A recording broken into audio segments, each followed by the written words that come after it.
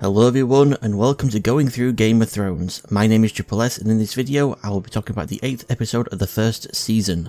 I'll be going through what I like and dislike about the episode, what I feel it does better or worse compared to the source material, and also bring up anything I find interesting or noteworthy enough to mention.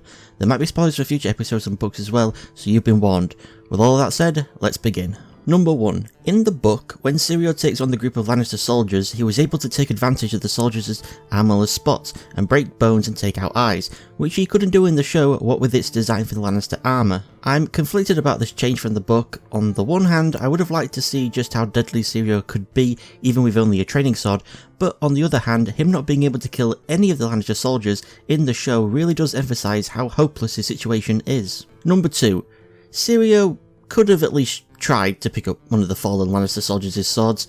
He is swift as a deer after all, he could have grabbed one off the floor whilst dodging around Trant. Number 3. Arya ends up outside after Syrio told her to run and finds a bunch of dead Winterfell men who were in the process of loading a cart when they were attacked, and one of the dead men is apparently Vayon Poole, Steward of Winterfell and father of 5 daughters, one of whom is Jane Poole, who plays a much more significant role in the books compared to the show, with only one uncredited appearance in the first episode. Number 4. In the book, Arya doesn't accidentally kill the stable boy but does it on purpose, panicking to the point she forgets everything Syrio's taught her and only remembering her first ever lesson, Jon's lesson of stick them with the pointy end. Also in the book, the stable boy tells her to take the sword out of him, and him saying this was apparently removed, with George R.R. Martin, who wrote this episode, not knowing why it was cut. Number 5. In the black cells of the Red Keep, Ned is visited by a quote-unquote disguised Varys. That's in quotes because in the book he actually is disguised with a stubble of beard and smelling of sweat and wine rather than his usual perfume. Show Varys didn't even try, though at least he is wearing the cap to hide his flawless bone china plate. Number 6. Varys says it was Ned's mercy that killed Robert rather than the wine or the boar, but that don't compute, Varys. Robert was already out hunting when Ned spoke to Cersei. Her plan with Lancel and the wine was already in motion. How can it be Ned's mercy's fault? How does that make sense, Varys?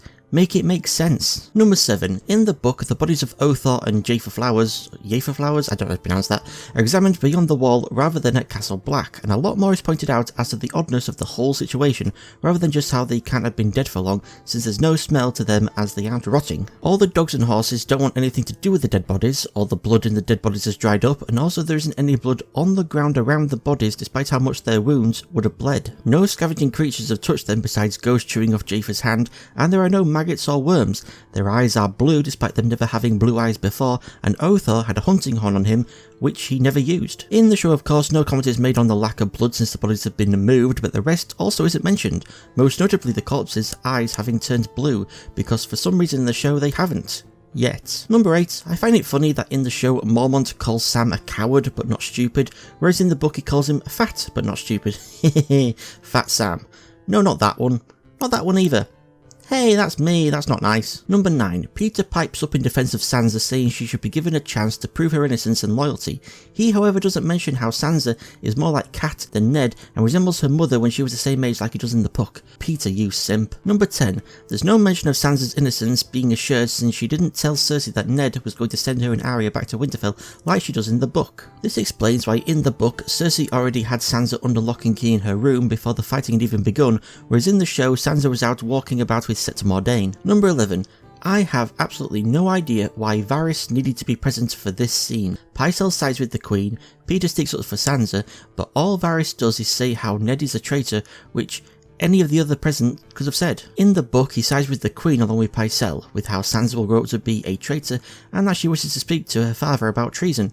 Varys, you dick. Number 12. I both like and dislike how Jon's attempted stabbing of Thorne happens differently to the book.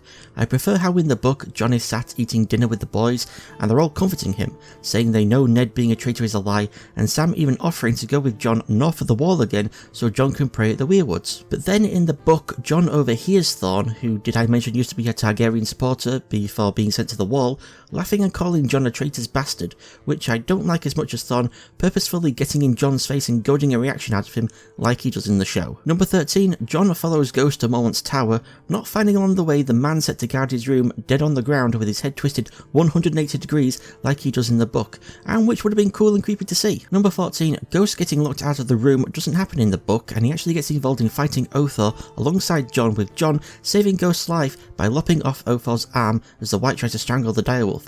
Can't be thinking of how Seth dies in Alice's vision in Twilight Breaking Dawn Part 2. Number 15, the fight between Drogo and Mago was written into the episode when Drogo actor Jason Momoa asked if we could actually see Drogo being the mighty warrior that everyone claims him to be. Number 16, following on from my previous point, since Mago and Drogo's fight doesn't happen in the book, the wound Drogo suffers is actually two: a Lazarine arrow in one of his arms and a wide shallow cut from an arak on his left breast that's taken off his nipple. The arak wound having come from one of Khal Ogo's blood riders. Khal Ogo, who was raiding the village with his own Khalasar before Khal Drogo and his Khalasar descended on them to take both Dothraki and Lazarine as slaves. I do prefer seeing how Drogo got his wound, but it's at the cost of showing how much Drogo cares for his men, as in the book there are no healers tending to Drogo because he refuses aid whilst others are wounded, giving Miriam Mazda the opportunity to offer her services. Number 17, Robb in the show never admits to Bran that he was scared the Great John was actually going to kill him, nor is there any mention of his worries concerning the other lords and wishing their father was with them. Show Robb seems to be a lot more confident than Book Robb, even in private. Poor Book Robb. Number 18. Remember how I pointed out some oddly dressed people walking through this Lannister camp in my previous video? Well, it was a shot of Timett and Chella, two of Tyrion's befriended hill tribesmen, walking through the camp that was accidentally used in the previous episode. Number 19. Tyrion finds his father Tywin and his uncle Kevin in a tent rather than in the inn Cat captured Tyrion in episode 4 like he does in the book, with the innkeeper swinging by her neck outside. Number 20. You wouldn't know him. Comedy gold and a change that they made as they were filming, and which George R.R. Martin found funnier than what Bronn was originally meant to say. Number 21. Tyrion reaches for a flagon of wine, but Tywin moves it out of Tyrion's reach. According to George R.R. Martin, Charles Dance moving the flagon wasn't in his original script, and he has no idea where the idea for him to do it came from. Number 22. Tywin in both the book and the show reprimands Tyrion, saying Jaime wouldn't have allowed himself to be captured so easily, though it is only in the book that Tywin adds so easily by a woman. Just thought I'd point that out, make of it what you will. Number 23, Robb's having a meeting where Roderick and the Great John are in disagreement about what Robb needs to do. Roderick says they need to face Tywin on broken ground so his knights are less effective, but the Great John says they need to break Jaime's siege of Riverrun so the Riverlords can join them. This is different to the book, where the Great John is the one arguing they should face Tywin, and it's the Lords Glover and Karstark who are saying they should head to Riverrun to fight Jaime. Also, this conversation had already happened before Cat's arrival, and it's her and him who discuss what he should do when she first arrives at his camp, as he hadn't yet made a decision. She guides him gently and even helps him to discover a flaw in his plan of using the Great John instead of Roose Bolton to lead part of his army to assault Tywin without injuring his confidence and pride.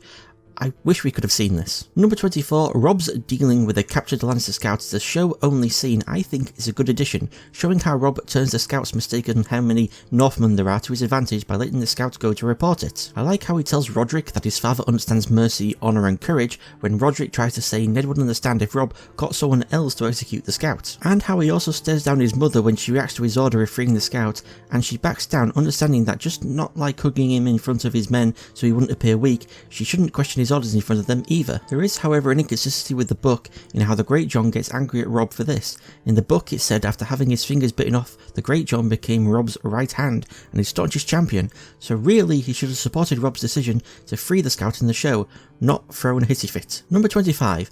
I'm not a fan of the change in the show of when Selmy has been fired from the Kingsguard and has thrown his sword to the ground, telling Joffrey to add it to the throne, as he doesn't then say anything about Stannis taking the throne and maybe sitting on the sword like he does in the book. Joffrey doesn't even get the slightest bit mad at Selmy for calling him a boy, and he doesn't order the ex-Kingsguard seized, believing he may be colluding with his uncle. He just shifts uncomfortably on the throne, not saying anything. Pathetic. Number 26, there is no announcement in the show that since there's now an opening in the Kingsguard, Sandor Clegane will join the Brotherhood. He agrees to join but refuses to be made a knight despite all previous members having been knights before him. And number 27, not since episodes 1 and 2 has so much of the show been crammed into one episode. 10 chapters plus parts from other books and new scenes as well made this a very stuffed Oreo of an episode. So those were all my thoughts on the 8th episode of the first season of Game of Thrones. If you think I missed anything important or interesting, put it in a comment below along with your own thoughts on the episode. My most liked part of the episode goes to the show only scene of Khal Drogo fighting Mago. I agree with Jason Momoa that we need to see how great of a warrior Drogo is, and the show did not disappoint in showing us that. And my most disliked part of the episode goes to Kat doing nothing in terms of testing how good of a commander Robb is, like she does in the book, which I can understand. Robb in season 1 of the show is 17, whereas in the book he's 14. Wait, Robb's supposed to be 17 here?